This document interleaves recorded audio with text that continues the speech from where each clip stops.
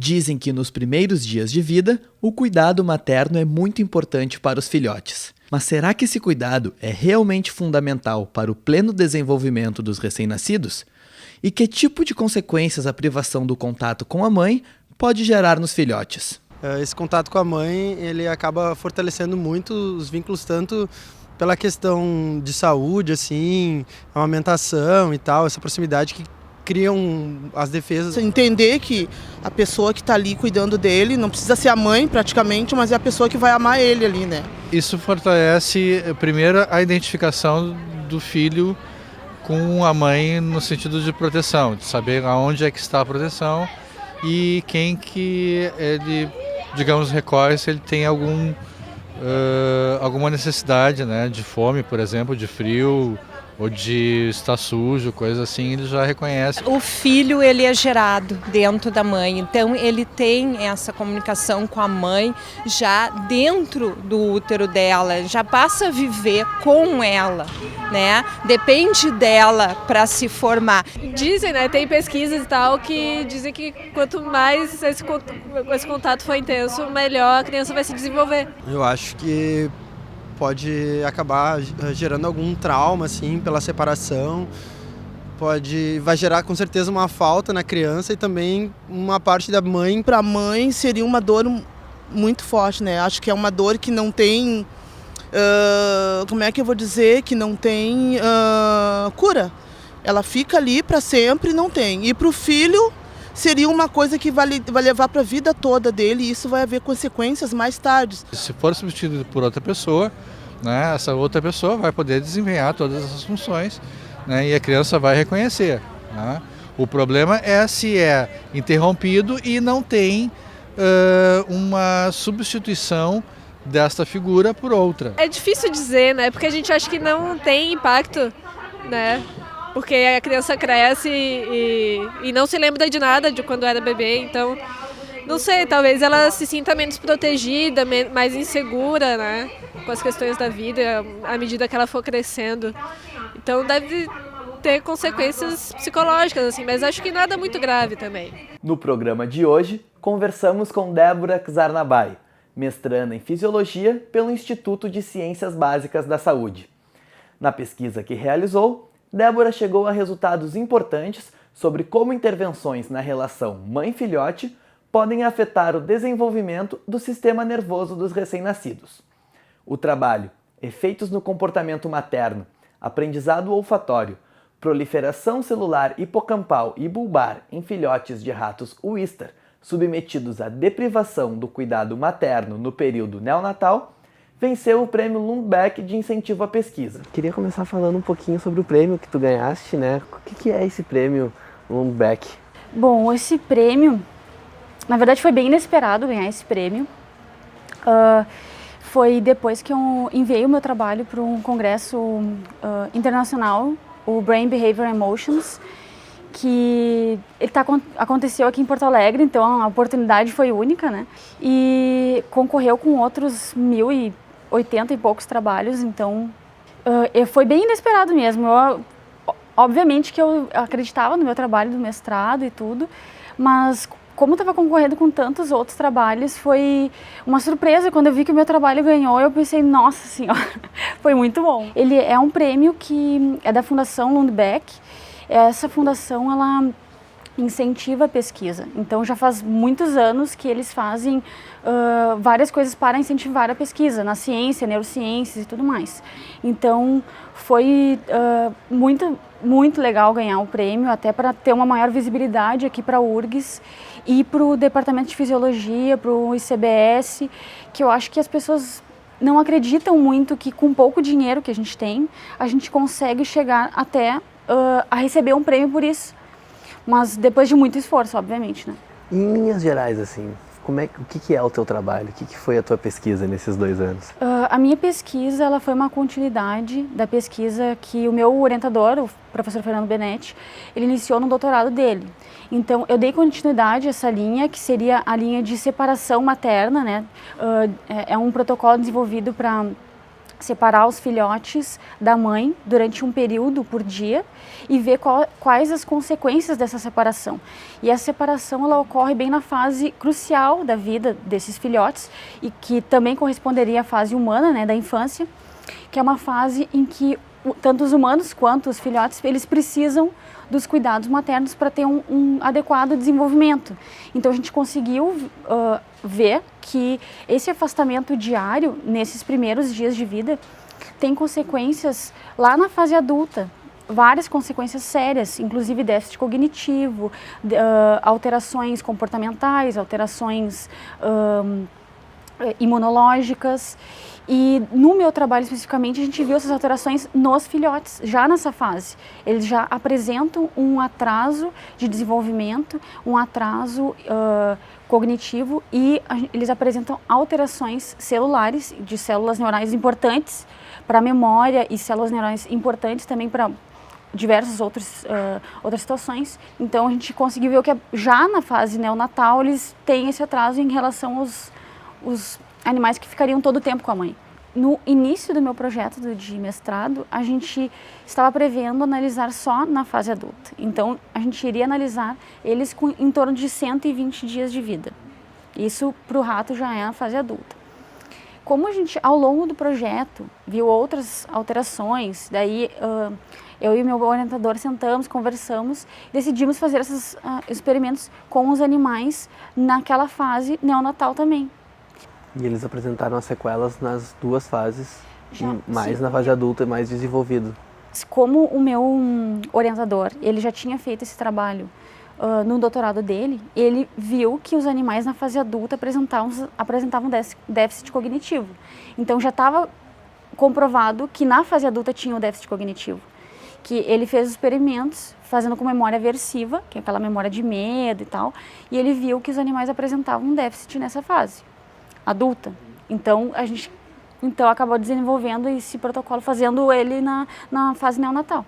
Qual foi a metodologia que vocês usaram durante a pesquisa, assim? Explica para nós, assim, como era o desenvolvimento, assim, da pesquisa, assim, na parte prática, digamos assim. Primeiramente que eu recebi, assim, os animais, que trabalhei com ratos, né?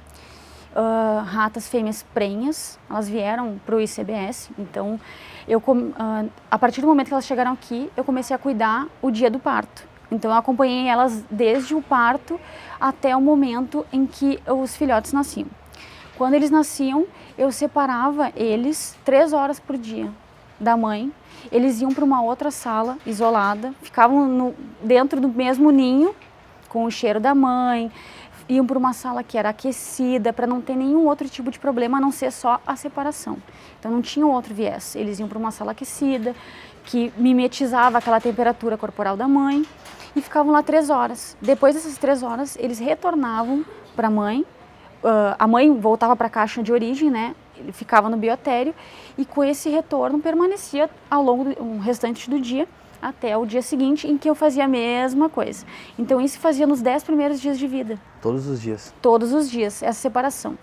E o que acontecia depois? Bom, depois que eles voltavam, que a mãe retornava para a caixa de origem, durante a minha pesquisa eu pude observar que esses animais, essas mães, aliás, elas aumentavam aquele comportamento materno que é normal nas ratas, né? Que é o comportamento aquele de cuidado, de lambida dos filhotes, a amamentação em determinada posição. Então elas aumentavam aqueles cuidados para com os filhotes, naquele período, imediatamente após aquele retorno. E isso, em relação ao grupo que ficou todo o tempo com a mãe, a gente viu que teve diferença. E mesmo apesar desse aumento de cuidado, os animais ainda apresentaram esses déficits que eu falei. Quais são esses déficits? Eles principalmente, como eu fiz um teste de memória olfativa, que era para ver se eles lembravam do cheiro do ninho, ou se eles preferiram o cheiro do ninho ou o cheiro de uma outra maravilha, que é aquela serragem que fica na caixa dos animais. Se eles preferiram uma serragem limpa, um cheiro neutro, ou se eles preferiram uma serragem com o odor do ninho. Os animais que foram os separados da mãe, tanto os animais separados quanto os controles, né, eles lembravam do cheiro da mãe, eles preferiram o cheiro. Só que eles demoravam mais tempo para identificar aquele cheiro. Então eles tinham esse atraso cognitivo. E foi a partir daí que a gente conseguiu observar esse atraso. E depois a gente fez outros testes com alguns parâmetros celulares, que aí sim foi realizado com o apoio ali do Instituto de Pesquisa em Células-Tronco, do ICBS mesmo, da professora Patrícia Prank, e nesse instituto a gente fez as análises celulares e vimos que realmente tinha uma diferença, uma alteração celular nesses animais. E esses resultados que você fez com ratos, teria como estimar esse comportamento em seres humanos também? Sempre que tentar extrapolar os resultados para humanos é um pouco mais complicado, demora muito mais tempo. Mas os efeitos desse protocolo que eu fiz, né, dessa separação do cuidado materno, que é no início da vida, ela mimetiza os efeitos de negligência infantil. É para tentar estudar realmente isso, esses efeitos nos humanos, né? Agora, extrapolar para os resultados que a gente encontrou para os humanos, daí demora um pouco mais. Mas a gente precisaria de mais estudos para indicar que sim, isso também vai acontecer nos humanos. Esse estudo, realizado nos animais, consegue então prever ou tentar, ao menos, prever o que aconteceria com os humanos. Todos esses casos de maus tratos na infância, de alteração do ambiente em que a criança é inserida, e também da própria parte de negligência, isso tudo deveria ser muito bem estudado. A gente fazendo esse modelo em animais, a gente consegue tentar entender um pouquinho melhor o que acontece com essas crianças e por que elas têm diversas alterações na fase adulta. Como é que tu te interessou por esse tema, para pesquisar assim?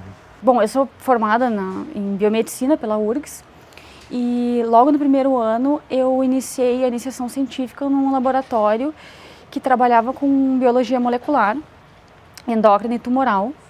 Então era uma linha bem diferente do que eu estou agora. E eu fiquei até o final da minha graduação nesse mesmo laboratório, que é ali do ICBS, da professora Ilma Brum. No final da graduação, eu comecei a me interessar muito pela neurofisiologia. Pela neurofisiologia, neurociências, de modo em geral. E eu já pensava em fazer pós-graduação, né, fazer o mestrado. Então foi que, conversando com a minha antiga orientadora, professora Ilma, ela me disse, olha, tem um professor que desenvolve essa linha, trabalha com isso. Eu fui atrás e realmente eu me interessei muito e me apaixonei pela linha de pesquisa e pela toda essa parte de neurofisiologia. Então foi por esse motivo, né, que eu desenvolvi esse meu trabalho do mestrado. E como é que foram esses anos assim na pesquisa? Quais foram os desafios que tu encontrou? Tu tem que ter uma determinação para fazer as coisas, porque se tu é aquela pessoa que desiste depois de que encontrar um obstáculo, tu não vai seguir em frente.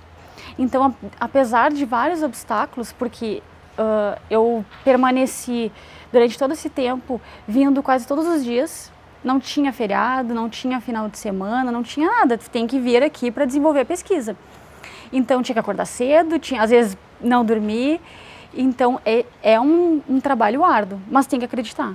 Aí a gente consegue o que quer. E com o modelo animal também trabalhar é um pouco complicado, porque precisa de uma atenção maior, eu acho, e um cuidado, porque tudo dentro dos padrões éticos e tem que cuidar dos animais, não é simplesmente vou fazer o experimento. Então tem tudo isso que eu acho que tem que ter um engajamento.